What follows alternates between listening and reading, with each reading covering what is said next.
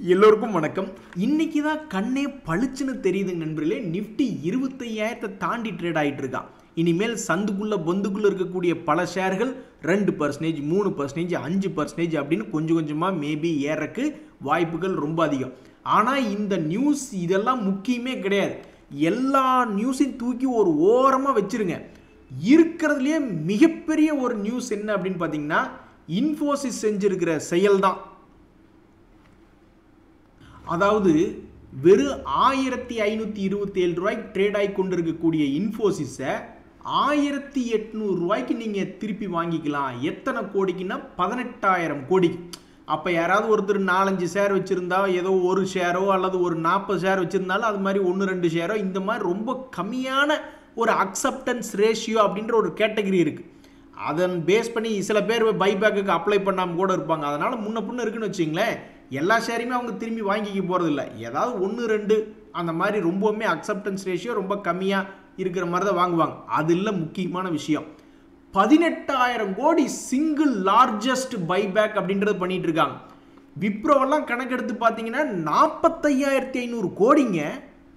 டோட்டலாக பார்க்கும்பொழுது அவங்க இத்தனை வருஷத்தில் பைபேக் பண்ணது 45,500 கோடிக்கு வாங்கியிருக்காங்க. இருந்தாலுமே சிங்கிள் லார்ஜஸ்ட் பைபேக் 18,000 கோடிக்கு பைபேக் அனௌன்ஸ்மெண்ட் பண்ணியிருக்கிறது, அப்ரூவ் பண்ணியிருக்கிறது நம்ம இன்ஃபோசிஸ் தான். இது மார்க்கெட்டில் மிகப்பெரிய நியூஸ். இந்த ஐடி கம்பெனியை பைபேக் டோட்டல் பண்ணாவே அது 1 லட்சம் கோடி தாண்டும் சமீபத்திய சில வருடங்களில். அந்த 1 லட்சம் கோடியை கொண்டு போய் நம்ம கவர்மெண்ட்ட கொடுத்தா கூட ரொம்பவுமே சந்தோஷமாக தான் இருக்கும். அதுலேயும் நம்ம தமிழ்நாடு கவர்மெண்ட் எல்லாம் கொண்டு போய் கொடுத்துட்டாங்கன்னா, இந்த டாஸ்மாக்னால பல பேர் சீலேரியை தடுத்து நிறுத்துறதுக்கு இந்த 1 லட்சம் கோடி கொண்டு போய் பேங்க்கில் போட்டால் கூட வருஷம் 10,000 கோடி பக்கத்தில் வரும். அந்த டாஸ்மாக் வருமானமே தேவையில்லை அப்படின்ற மாதிரி ஆகிடும். ஸோ இன்னைக்கு இந்த மார்க்கெட்லேயே 18,000 crore இன்ஃபோசிஸ் ஷேர்னுடைய பைபேக் தான் மேஜர் நியூஸ். இது மாதிரி ஒரு நியூஸ் இனிமேல், அதாவது ஏற்கனவே திட்டிக்கிட்டு இருக்காங்க, இந்த 1 லட்சம் கோடி இப்படி ஷேர் பைபேக்கில் செலவு பண்ணுறதுக்கு பொதுவாக 1 லட்சம் கோடி நீங்கள் ஏதாவது ஒரு இன்னுமே ரிசர்ச் பண்ணி எந்தையாவது ஒன்று பண்ணியிருந்தா, எங்கேயோ நம்ம நாடு டெக்னாலஜிக்கு வெளிநாட்டிலேருந்து நம்ம வேலைக்கு ஆள் எடுத்து பார்த்துக்கிட்டு இருந்திருக்கலாம். எனிவே ஷேர் ஹோல்டர்ஸ்க்கு நல்லது பண்ணணும் அப்படின்ற ஒரே நோக்கத்தோட இது போன்ற டெக் கம்பெனிகள் இந்த மாதிரி பண்ணிக்கிட்டு இருக்காங்க. எங்கேயோ குண்டு போட்டு விளையாண்டுக்கிட்டு இருக்காங்கன்னு நான் நினைக்கிறேன் நண்பர்களே. அதனால தான் இன்றைக்கி டிஃபென்ஸ் ஸ்டாக்ஸ் எல்லாம் கொஞ்சம் பாசிட்டிவாக இருக்குது. டிஃபென்ஸ் ஸ்டாக்ஸில் ஒரு ஆர்டர் சம்மந்தப்பட்ட தகவலும் வந்திருக்கு. இவனை ஏகப்பட்ட இடத்துல தொடர்ந்து சண்டை போட்டுக்கிட்டே வார்ஸ் பண்ணிக்கிட்டே இருக்கிறதுனால எங்கே சண்டை போடுறானுங்கன்ற இன்ட்ரெஸ்டே நம்மளுக்கு போயிடுச்சு. புதுசாக ஏதாவது சண்டை போடுறாங்களா இல்லை அது பழைய சண்டையான்னு ஒன்றுமே தெரியல. ஆக மொத்தம் டிஃபென்ஸ் ஸ்டாக்ஸ் ஏறிச்சுன்னா எங்கேயோ குண்டு போடுறானுங்க அப்படின்னு நினச்சிக்க வேண்டியதுதான். இன்னைக்கு இன்னொரு மிக முக்கிய தகவல் என்னன்னா, இந்த பாராஸ் டிஃபென்ஸ் அண்ட் ஸ்பேஸ் அப்படின்ற பங்கு இப்போ 688 ரூபாயில் ட்ரேட் ஆகிட்டு இருக்கு. இந்த ஒரு வருஷத்தினுடைய உச்சமெல்லாம் 1000 ரூபா பக்கத்தில், ஒரு 900 ரூபா பக்கத்துலாம் போயிருக்கு. அப்படி இருக்கக்கூடிய பங்கு இன்னைக்கு எதுக்கு 5% ஏறி இருக்கு இந்த பராஸ் டிஃபென்ஸ் அப்படின்னு பார்த்தீங்கன்னா, அவங்க வெளியிட்டு இருக்கக்கூடிய தகவல் தான். எங்களுக்கு 26 கோடிக்கு ஆர்டர் கிடைச்சிருக்குங்க அப்படின்னு.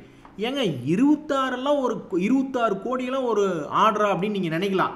ஆனால் இந்த பராஸ் டிஃபென்ஸ் ஏற்கனவே இதனுடைய மூவ்மெண்ட் எல்லாம் பார்த்தீங்கன்னா கடந்த 5 வருடங்களில் 243 ரூபாயிலிருந்து 700 ரூபா ஒரு தடவை போயிட்டு மறுபடியும் 500-400 வந்தது, மறுபடியும் 1000 ரூபா பக்கத்தில் போயிட்டு மறுபடியும் 700 ரூபா வந்திருக்கு. அப்படின்னா எல்லாம் எதை வச்சு?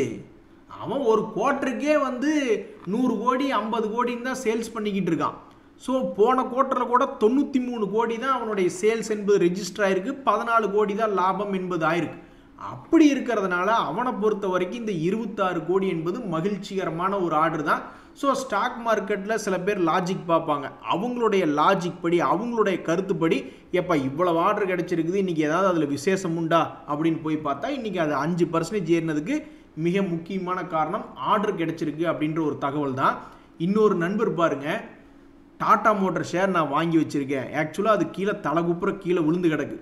இருந்தாலும் அவர் என்ன சொல்கிறாருன்னா, என்கிட்ட டாடா மோட்டர் ஷேர் இருக்குது, அதை போய் காட்டித்தான் நான் பொண்ணு கேட்க போகிறேன் அப்படின்றாப்புல. ஹலோ, எந்த காலத்தில் இருக்கீங்க? அந்த காலமும் சரி இந்த காலம் சரி, ஷேர் மார்க்கெட்டுனாவே பயப்படக்கூடிய ஆட்கள். உங்களுக்கு பொண்ணு தர்றவங்கெல்லாம் எப்படின்னு 50 வயசு 60 வயசானவங்களாக தான் இருப்பாங்க. அதனால் அவங்கள பொறுத்த வரைக்கும் ஷேர் மார்க்கெட்டுனாவே பொண்ணு தரமாட்டோம், நோ அப்படின்றாங்க. அதுவே பாவம் தலைக்குப்புற விழுந்த பிறகு முதலீட்டாளர்களை காப்பாற்றலாமா வேண்டாமா அப்படின்ற ஒரு சீரியஸ் டிஸ்கஷனில் அது பாட்டுக்கு 2 days மூவிங் ஆவரேஜ் கிட்ட போயிட்டுருக்கு. பழையபடி கீழே 500 போகிறதா இல்லை பழையபடி 1000 போகிறதான்னு ரொம்ப ரொம்ப சென்டர் பாயிண்ட், ரொம்பவுமே வாலட்டிலிட்டியான பங்கு. ஸோ இந்த வருஷம் முடியறதுக்குள்ளேயே ஒரு 1000 பக்கம் போகிறதா இல்லை கீழே 500 பக்கம் போகிறதான்னு ரொம்பவுமே முக்கியமான டிஸ்கஷனில் அந்த ஷேரினுடைய விலை போய்கிட்டு இருக்கு. இந்த சமயத்தில் வாங்க நந்து உங்களுக்கு தான் பொண்ணு, டாடா மோட்டர் ஷேர் வச்சுருக்கீங்களே கட்டிங்க அப்படின்னு கொடுக்க போகிறாங்களாமா. என்னுடைய கருத்து என்னென்னா, இவர் டாடா மோட்டர் ஷேர் வைக்கிறதுக்கு பொதுவாக டாடா மோட்டர் சஃபாரி அந்த மாதிரி பெரிய பெரிய காஸ்ட்லியான கார் ஒரு 4-5 வச்சுருந்தாருன்னா அப்படியே மாப்பிள்ளை வர்றாரு பாருங்க அப்படின்னு பேச ஆரம்பிப்பாங்க. பொண்ணை கட்டி கொடுத்தா பொண்ணு எப்பவும் கார்லேயே தான் போகும், ஒரே ஜாலி தான் அப்படின்னு நினச்சிக்கிட்டு இருப்பாங்க. நீங்கள் டாடா மோட்டர் ஷேர் எடுத்துகிட்டு போயிட்டு டாடா மோட்டர் ஷேர் எங்கிட்ட இருக்கு பொண்ணு கொடுங்கன்னா எப்படி நண்பர்களே? அப்புறம் ரொம்ப ஒரு முக்கியமான விஷயம், இப்போ நீங்கள் இந்த நிஃப்டியை பார்த்தீங்கன்னு வச்சுக்கிங்களேன், அவன் ஒரு கிட்டத்தட்ட ஒரு 600 to 700 பாயிண்ட் என்பது ஏறி வந்திருக்கான். இப்படி ஏறி வந்திருக்கிறதுனால என்ன ஆயிருக்கு அப்படின்னா, கிட்டத்தட்ட ஒரு 15% லாஸில் இருக்கிறாங்க இந்த பாயிண்டில் அப்படின்னு வச்சுக்கிங்களேன். இப்போ ஒரு 8-10% ரெக்கவரி ஆகிருக்கிறதுனால இப்போ -15% லாஸுக்கு பொதுவாக -7 -5 அந்த மாதிரி கொஞ்சம் லாஸ் ரெக்கவரி ஆகி வந்திருக்கும். இனிமேல் செய்ய வேண்டியது என்னன்னா, ஆண்டவா மறுபடியும் மேலே இங்கிருந்து ஒரு 600 பாயிண்ட்டை கீழே இறக்கி விட்டுறாத. இப்போ தான் கொஞ்சம் கொஞ்சமாக சந்தோஷம் மார்க்கெட்டில் வந்திருக்கு. 25,000ங்கிறது ஒரு பார்டர், மார்க்கெட்டை 25,000க்கு மேலே வச்சிரு ஆண்டவா அப்படின்னு நினச்சிக்க வேண்டியது தான். ஸோ தற்போதைக்கு மார்க்கெட்டில் என்ன முக்கியமான நிகழ்வு நடந்திருக்குன்னா, சமீபத்தில் பல பேர்த்துக்கு 15%, இப்போ 20%ன்னு சில ஷேர்களில் நஷ்டம் இருந்திருக்கும். அது இப்போ ஒரு 10%, 8% குறைஞ்சி வந்திருக்கும். அதுக்கு என்ன முக்கியமான காரணம்னா, நிஃப்டி இப்படி ஒரு 650 பாயிண்ட் அதனுடைய குறிப்பிட்ட லோவில் இருந்தும் 2 days மூவிங் ஆவரேஜிலிருந்தும் சப்போர்ட் எடுத்து ஒரு 600-700 பாயிண்ட் ஏறி வந்தது தான் ஒரே காரணம். ஏற்கனவே எது நம்ம கையில் இல்லைங்க, இனிமேலும் மட்டும் என்ன எல்லாம் ஆண்டவங்க கையிலன்ட்டு போக வேண்டியதான் நிறைய பேர். நண்பர்களே, இந்த சமயத்தில் இன்னொரு மிக முக்கியமான தகவல், NBCCன்னு ஒரு பங்கு, அது சமீபத்தில் 200 days மூவிங் ஆவரேஜுக்கு கீழே போன பங்கு. அப்புறம் என்ன நினச்சானோ, கும்பா குட்டி எனக்கு வேண்டாம், என்னால் முடியும் அப்படின்ற மாதிரி கொஞ்சோண்டு மேலே ஏறி இப்போ 2 days மூவிங் ஆவரேஜுக்கு மேலே ட்ரேட் ஆகிட்டு இருக்கான். இனி இவனுடைய வாழ்க்கையில் அடுத்தடுத்த நாட்களில் மூவ்மெண்ட் எப்படி இருக்குன்னு பார்க்கறதுக்கு நிறைய பேர் காத்துக்கிட்டு இருக்காங்க. தன்னுடைய ஏற்கனவே இருந்த விலைகளை நோக்கி திரும்ப போகிறதா, அல்லது மறுபடியும் எல்லாத்தையும் ஏமாற்றி போட்டு நான் சும்மா ஏறி பார்த்தேன் இப்போ நான் இறங்கி பார்க்குறேன் அப்படின்ற மாதிரி கீழே இறங்க போகுதா அப்படின்றத பொறுத்து இருந்தால் பார்க்கணும். ஆக மொத்தம் ஒரு மிக முக்கியமான ஒரு சென்டர் பாயிண்டில் ட்ரேட் ஆகி கொண்டிருக்கக்கூடிய ஒரு பங்காக இந்த NBCC இருக்குது. இந்த சமயத்தில் நீங்கள் நிறைய பங்குகள் எடுத்து பார்த்தீங்கன்னா, எந்த சந்திரடா இருந்து நீங்கள்லாம் ஏறி வந்திருக்கீங்க அப்படின்ற மாதிரி ஏதேதோ நிறைய பங்குகள் கலவையாக 2%, 5% அந்த மாதிரிலாம் ஏறி வந்திருக்கு. ஒரு உதாரணத்துக்கு ஹிந்துஸ்தான் காப்பர் இன்றைக்கி ஒரு 9% ஏறி வந்திருக்கு. இந்த குஜராத் பிபாவா போர்ட் அப்படின்றது ஒரு 7% ஏறி வந்திருக்கு. இந்த மாதிரி இன்னும் இந்த BEML, மஸ்டாக், BDL, GRCன்னு சில டிஃபென்ஸ் துறை சார்ந்த பங்குகள் ஏறி வந்திருக்கு. ஆக மொத்தம் இன்றைக்கி மார்க்கெட்டில் கொஞ்சோண்டு மகிழ்ச்சி வந்திருக்கு. இதுக்கு மிக முக்கியமான காரணம், நம்மளுடைய நிஃப்டி என்பது ஒரு 600 பாயிண்ட் மேல் நோக்கி ஏறி 25,000க்கு மேலே ட்ரேட் ஆகிறதுனால தான். அதில் பாருங்கள், இன்றைக்கி மேலே ஏறி இந்த ஹிந்துஸ்தான் காப்பர் அப்படின்ற பங்கில் ஒரு தகவல் என்ன அப்படின்னு பார்த்தீங்கன்னா, இதுக்கு முன்னாடி இது ஒரு 52 வீக் லோ பக்கத்தில் ட்ரேட் ஆகி கொண்டிருந்த பங்கு தான்.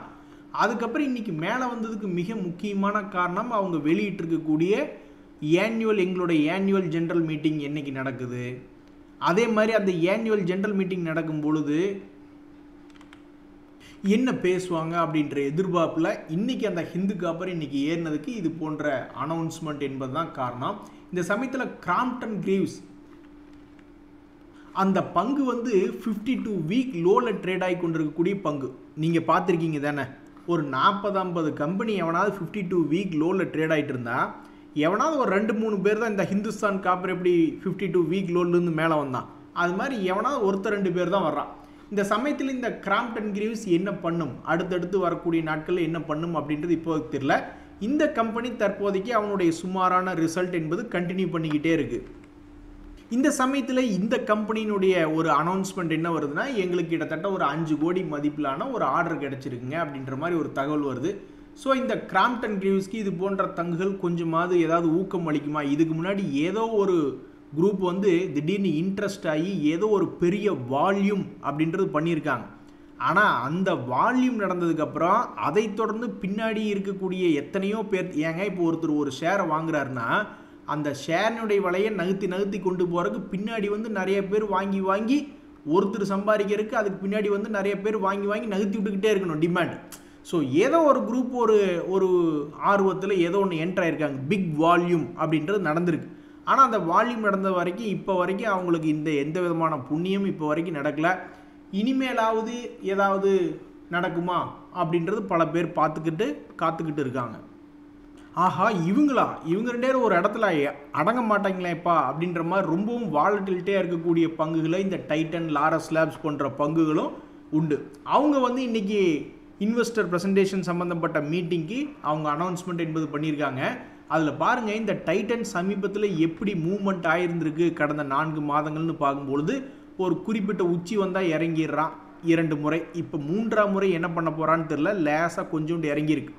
அப்படி இறங்குறவன் என்ன பண்ணுறான்னாக்கா ஒரு குறிப்பிட்ட லோக்கு இது போயிட்டு அங்கிருந்து ஏறானா அப்படின்றது தெரில. பட் இதுக்கு முன்னாடி கடந்த 2 முறை அப்படி தான் பண்ணியிருக்கான். 3300 வந்தால் 3700 அப்படின்னு போகிற மாதிரி பண்ணியிருக்கான். ஸோ இதனுடைய அடுத்த கட்ட நகர்வு எப்படி இருக்கும் அப்படின்னு பார்க்குறதுக்கு நிறைய பேர் ஆர்வமாக இருக்காங்க. இந்த சமயத்தில் இந்த டைட்டன் அப்படின்ற பங்குனுடைய இன்வெஸ்டர் மீட்டிங் இந்த ஜெஃப்ரீஸ் நடத்தக்கூடிய கான்ஃபரன்ஸில் இத்தனை பேர்த்த மீட் பண்ணுறாங்க அப்படின்ற ஒரு தகவல் வருது. அதே மாதிரி இந்த லாரஸ் லேப்ஸ் அப்படின்றது ரொம்பவுமே குஜால் குட்டியாக இந்த ஷேரை வச்சிருக்கிறவங்க இந்த செகண்ட் வரைக்கும் சந்தோஷத்தில் தான் இருப்பாங்க அப்படின்ற மாதிரி. இந்த பங்கு ஒரு காலத்தில் என்னாச்சு அப்படின்னு பார்த்தீங்கன்னா ஆல்மோஸ்ட் 700 ரூபாயிலிருந்து ஒரு 300 வரைக்கும் போயிட்டு இப்போ 300லேருந்து 900 ட்ரேட் ஆகிட்டு இருக்கு லாரஸ் லேப்ஸ். அப்படி இருக்கக்கூடிய பங்குல நாங்கள் இன்வெஸ்டர்களுக்கு ப்ரெசன்டேஷன் பண்ண போகிறோம். அதுக்கு உண்டான ப்ரிப்பேர் பண்ணி வச்சுருக்கக்கூடிய எங்களுடைய ப்ரெசன்டேஷன் இதுதாங்க அப்படின்ற மாதிரி தெரியப்படுத்தியிருக்காங்க. நண்பர்களே, தேஜாஸ் நெட்டுங்கிறது டாடா குரூப் கம்பெனி எப்படி அநியாயத்துக்கு விழுந்து கிடக்கிறான் பாருங்கள். ஆல்மோஸ்ட் 60% தன்னுடைய உச்சியிலிருந்து, சமீபத்திய உச்சியிலிருந்து 60% கீழே விழுந்து கிடக்கிறான். இதுக்கு வேறு யார் காரணம் இல்லை, இது வெளியிட்டிருக்கக்கூடிய கும்பா ரிசல்ட்டுகள் தான். சமீபத்தில் அது லாஸ் மேக்கிங் கம்பெனியாக லாஸ் மேக்கிங் ரிப்போர்ட் கொடுத்துருக்கிறதா இதனுடைய வீழ்ச்சிக்கு மிக முக்கியமான காரணம். இந்த சமயத்தில் தேஜாஸ் நெட் என்ன சொல்கிறாங்கன்னா, நாங்கள் இந்த மாதிரி முக்கியமான ஃபினான்ஷியல் ரிசல்ட் சம்மந்தப்பட்ட தயாரிச்சிட்டு இருக்கிறதுனால அந்த தகவல் தெரிகிறவங்க, அதாவது இந்த இன்சைடர்ஸ் இருப்பாங்க இல்லையா, சில குறிப்பிட்ட டெசிக்னேட்டட் பர்சன்ஸ் வந்து வாங்கவோ விற்கவோ ஷேருகளை கூடாது அப்படின்ற மாதிரி ஒரு ட்ரேடிங் விண்டோ க்ளோஷர் அப்படின்றது அறிவிச்சிருக்காங்க. ஸோ இந்த தேஜாஸ் நெட் அப்படின்ற பங்குக்கு அடுத்த ஏர்னிங் சீசனில் ஏதாவது நல்லது நடக்குமா இல்லை நடக்காதா அப்படின்றது பொறுத்துன்னு தான் பார்க்கணும். அடுத்தது என்டியூரன்ஸ் டெக்னாலஜிஸ்னு ஒரு பங்குங்க. அவங்க இல்லை நாங்கள் அந்த மாதிரி பண்ணல, நாங்கள் சொல்கிறோம் எந்த தகவலாக இருந்தாலும் நாங்களே சொல்கிறோம் அப்படின்னு ரூமர் வெரிஃபிகேஷன் பண்ணியிருக்காங்க.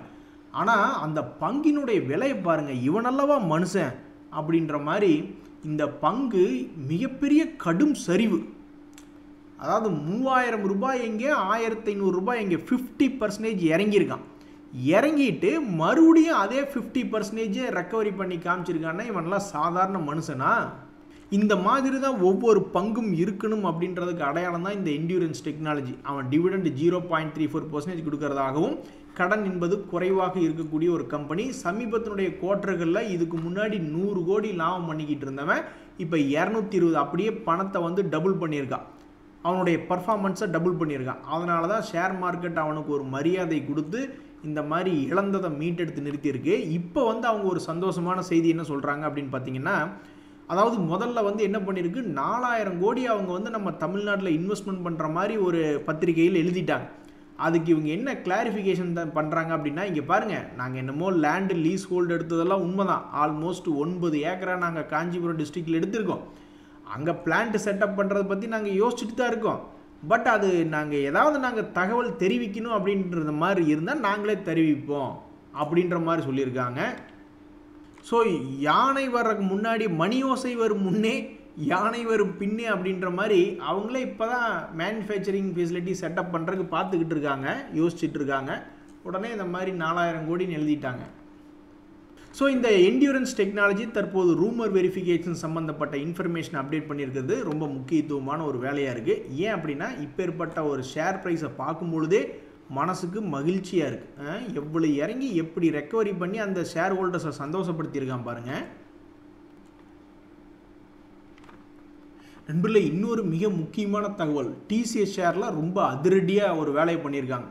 அவங்க என்ன சொல்கிறாங்கன்னா, இது எங்களுடைய லேண்ட்மார்க் மெமரண்டம் ஆஃப் அண்டர்ஸ்டாண்டிங்கை to strengthen India sovereign cloud infrastructure அப்படின்றது ஒரு அனௌன்ஸ்மெண்ட் அப்படின்றது பண்ணியிருக்காங்க. ஆனால் நம்மளுக்கு தேவை என்ன அப்படின்னா, அந்த மெமரண்டம் ஆஃப் அண்டர்ஸ்டாண்டிங்லேருந்து எவ்வளவு ரெவென்யூ வரும் அப்படின்றது கூட எங்களுக்கெல்லாம் முக்கியம் இல்லை. இப்படி ஒரு நியூஸ் வந்துச்சுன்னா கீழே இருக்கக்கூடிய பங்குகளுக்கு ஏதாவது ஒரு பாசிட்டிவ் மொமெண்டம் கிடைச்சி ஏறுமா ஏறாதா, இதுதான் எங்களுக்கு தேவையான. நீங்கள் லேண்ட்மார்க் டீல்னு அனௌன்ஸ்மெண்ட் பண்ணுங்கள், அல்லது ஒரு very important big deal major break த்ரூன்னு என்ன வேணாலும் அனௌன்ஸ்மெண்ட் பண்ணுங்கள். எங்களுக்கு தேவை இந்த பங்குகள் 200 days மூவிங் ஆவரேஜ் கீழே இருக்கக்கூடிய பங்குகள் புல்லிஷ் மொமெண்டம் எடுத்து 200 days மூவிங் ஆவரேஜை தாண்டுமா, அதுக்கு இந்த செய்தி உதவுமா அப்படின்றது மட்டும்தான். ஸோ டிசிஎஸ் ரொம்பவுமே மன வருத்தம் தரும் வகையிலே 4400 ரூபாயிலிருந்து இறங்கி 3100 ட்ரேட் ஆகிட்டு இருக்கு. இப்படித்தான் 2025 ஒரு கட்டத்தில் ட்ரேட் ஆகிட்டு இருந்தா. அதுக்கப்புறம் ஒரு மகிழ்ச்சியாக ஒரு 200-300 ரூபா ஒரு 10% மேலே ஏறி வந்தது. ஆனால் இப்போ அதே ரேட்டுக்கு வந்து விழுந்து 2 மாதம் ஆச்சு. இப்போ வரைக்கும் ஒன்றுமே பிரயோஜனம் இல்லையே இருக்குது அப்படின்னு சொல்லக்கூடிய நேரத்தில் இப்படி ஒரு லேண்ட்மார்க் மெமரண்டம் ஆஃப் அண்டர்ஸ்டாண்டிங் பண்ணியிருக்கோம் அப்படின்றாங்க. ஏதாவது உதவி செஞ்சால் பரவாயில்ல தான். நண்பர்களே, இன்றைக்கி மிகப்பெரிய ஒரு பிக் கேண்டிலாக இன்றைக்கி ஒரே நாளில் என்னென்னு தெரில 12% ஏறுற மாதிரி மார்க்கெட்டில் ஏதோ ஒரு இன்ட்ரெஸ்ட் இந்த ஜேபிஎம் ஆட்டோ அப்படின்ற பங்குக்கு. இந்த பங்கு சமீபத்தில் சில மாதங்கள் ஒரு 4-5 மாதங்களுக்கு முன்னாடி இதே மாதிரி ஒரு நாள் வந்து ஒரு பெரிய இன்ட்ரெஸ்ட் மார்க்கெட்டில் வந்தது மே மாதத்தில். அதுக்கப்புறம் கொஞ்சம் பில்டப்பாக பார்த்தான். 200 days மூவிங் ஆவரேஜ் தான் ரொம்ப பவர்ஃபுல்லாச்சே, அந்த இடத்துல அவனை மேலே ஏற விடாமல் அவனை கீழே கழட்டி விட்டுட்டாங்க. அதுக்கப்புறம் தொடர்ந்து இறங்கி கொண்டே வந்துக்கிட்டு இருந்த பங்கு, கிட்டத்தட்ட 4 மாதங்கள் இறங்கி கொண்டே வந்துட்டு இருந்த பங்கு, எந்த இடத்துல அவனுக்கு வந்து அந்த மொமெண்டம் சப்போர்ட் அப்படின்றது கிடைச்சதோ அதே இடத்துலேருந்து மறுபடியும் 12% ஏறி இன்னைக்கு மறுபடியும் 200 days மூவிங் ஆவரேஜ் கிட்ட ட்ரேட் ஆகிட்டு இருக்கான். மறுபடியும் இவனை பிடிச்சி இதே மாதிரி கீழே தள்ளி விட போகிறாங்களா, அல்லது இங்கிருந்து இன்னொரு 100-200 ரூபா ஏற்றி இவனை கொண்டாட போகிறாங்களா அப்படின்றது தெரில. ஸோ தற்போதைக்கு 200 days மூவிங் ஆவரேஜ் கிட்ட வந்து ட்ரேட் ஆகி ரொம்பவுமே முக்கியமான லிஸ்ட்டுகளில் வந்து ட்ரேட் ஆகி கொண்டிருக்கக்கூடிய பங்குகளின் லிஸ்ட் அப்படின்ற மாதிரி 200 days மூவிங் ஆவரேஜ் கிட்ட. ஏன்னா இவன் எந்த பக்கம் போவான்னு தெரியாது, அதனால் முக்கியமான லிஸ்ட்டுகளில் வந்து ட்ரேட் ஆகக்கூடிய இந்த பங்குல ஜேபிஎம்ஏல என்ன தகவல் அப்படின்னு பார்த்தீங்கன்னா, இன்றைக்கி வந்து பெரிய லாங் கேண்டில் 12% மூவ்மெண்ட் அப்படின்றது இன்றைக்கி பண்ணியிருக்கு. இனி அடுத்தடுத்த மாதங்களில் டொபக்குன்னு கரெக்டாக அந்த 12% கீழே வந்துட்டு மறுபடியும் ஏறுற மாதிரி ஏதாவது இந்த ரேஞ்சுக்குள்ளேயே பண்ண போகிறானா, அல்லது இந்த 12% மூவ்மெண்ட் ஆனதுக்கப்புறம் அப்படியே கொஞ்சம் கொஞ்சமாக ஏங்க இன்னொரு பங்கு ஒன்று பற்றி பேசணும். சும்மா வருவாளா சுமாரி அப்படின்ற மாதிரி ரொம்ப சைலண்ட்டாக 76 ரூபாய் ரேஞ்சிலிருந்து 97 ரூபாய்க்கு இந்த பிஜி இன்வெர்ட் என்பது போயிருக்கான். யார் அவன் 100 ரூபாய்க்கு கீழே இருக்கக்கூடிய ஸ்டாக்குகள், சமீபத்தில் சில நாட்கள் ஏறிய ஸ்டாக்குகள் அப்படின்னு எடுத்து பார்த்தா 10 பைசாவே ஏறி வந்திருப்பான் போல கடந்த சில நாட்களாக. ஸோ சமீபத்தில் அதுலேயும் பாருங்கள், இன்னொரு முக்கியமான விஷயம், எந்த பங்காக இருந்தாலும் என்ட்ரி ரொம்ப முக்கியம். 2-3 வருடமாகவே தொடர்ந்து கீழே இறங்கி நஷ்டத்தை மட்டுமே தந்து கொண்டிருக்கக்கூடிய ஒரு பங்குல இந்த power grid infrastructure investment trust இருக்குது. ஆனாலும் சமீபத்தினுடைய 76 ரூபா ரேஞ்சு போயிட்டு இப்போ 96 ரூபாய்னா அதுலேயே 20 ரூபா ஏறி இருக்கான். ப்ளஸ் 2 தடவை டிவிடெண்டும் கொடுத்துருப்பான். அப்போ அதில் ஒரு 6 ரூபா 26 ரூபா, ஆல்மோஸ்ட் 30% என்பது லோ ரேட்லேருந்து ஏறி வந்திருக்கு. ஸோ அப்போ ஒரு 2-3 வருஷமாக எடுத்தவங்களுக்கு அதில் ஒன்றும் லாபம் இல்லை. ஆனால் 2-3 மாதத்துக்கு முன்னாடி எடுத்தவங்களுக்கு 30% லாபம்னா அப்போ பெரும்பாலும் எந்த பங்கையுமே எந்த இடத்துல எடுக்கிறோம் அப்படின்றதான். So entry is everything, entry timing, entry price is everything அப்படின்ற மாதிரி இருக்குது. இப்போ பல பேர்த்துக்கு என்ன அப்படின்னாக்கா, இனி மறுபடியும் எப்படா 76 ரூபா கீழே வருவான் அப்படின்ற மாதிரி பல பேர் யோசிச்சுட்டு இருக்காங்க. எனக்கு சந்தோஷம்தான். எனக்கு அது என்ன மாதிரி பல பேர் இருப்பாங்க. பல பேர் என்ன யோசிப்பாங்கன்னா, அட இது இனி 70 ரூபா வந்தாலும் சந்தோஷம்தான், 150 ரூபா வந்தாலும் சந்தோஷம்தான், அல்லது இங்கேயே 96 ரூபாயிலேயே இன்னும் 10-15 வருஷத்துக்கு இருந்தாலும் எனக்கு சந்தோஷம்தான் அப்படின்ற மாதிரி நிறைய பேர் உட்காந்துக்கிட்டு இருப்பாங்க. இந்த சமயத்தில் ஹெச்எஃப்சிஎல் அப்படின்ற ஒரு பங்கை பற்றி பேசணும். இந்த பங்கு பாவம் அநியாயத்துக்கு 60% பக்கம் இறங்கி கிடக்கு. சமீபத்தில் ஒரு லாங் கேண்டில் அப்படின்ற மாதிரி ஒன்று போட்டிருந்தான். அதுக்கப்புறமே அதனுடைய ரிசல்ட் சீசனில் ஒன்றும் பிக்கப் ஆகலை. இனி மறுபடியும் அடுத்தடுத்த மாதங்களில் இதனுடைய ரிசல்ட் சீசன் என்பது வரப்போகுது. ஸோ அந்த ரிசல்ட் சீசனில் இது போன்ற பங்குகள்லாம் என்ன செய்யும்? இப்படி கையெடுத்து கும்பிட்டு மேனிக்கு இறங்கியிருக்கானே, இனி மன்னிப்பு கேட்டு மறுபடியும் திரும்பி ஏறுவானா இல்லையா? சமீபத்தில் 2 குவார்ட்டரில் பார்த்தீங்களாங்க, இப்போ மார்க்கெட் இப்போ தாங்க விவரமாக ட்ரேட் ஆகிட்டு இருக்கு. தேஜாஸ் நெட் இதே மாதிரி தான் கடந்த 2 குவார்ட்டரில் லாஸ் மேக்கிங்காக இருக்குது. அவனையும் 60% இறக்கி விட்டுருக்கு மார்க்கெட்டு. அதே மாதிரி இந்த ஹெச்எஃப்சியில் லாஸ்ட் 2 குவார்ட்டர் லாஸ் மேக்கிங்காக காமிச்சிருக்கு. இவனையும் 60% இறக்கி விட்டுருக்கு. ஸோ எனக்கு என்னமோ ஷேர் மார்க்கெட் இப்போ தான் லாஜிக், நியாயமான லாஜிக் என்னமோ அந்த லாஜிக் படி ட்ரேட் ஆகுதா அப்படின்றது எனக்கு இப்போ ஒரு டவுட் வந்துக்கிட்டு இருக்கு.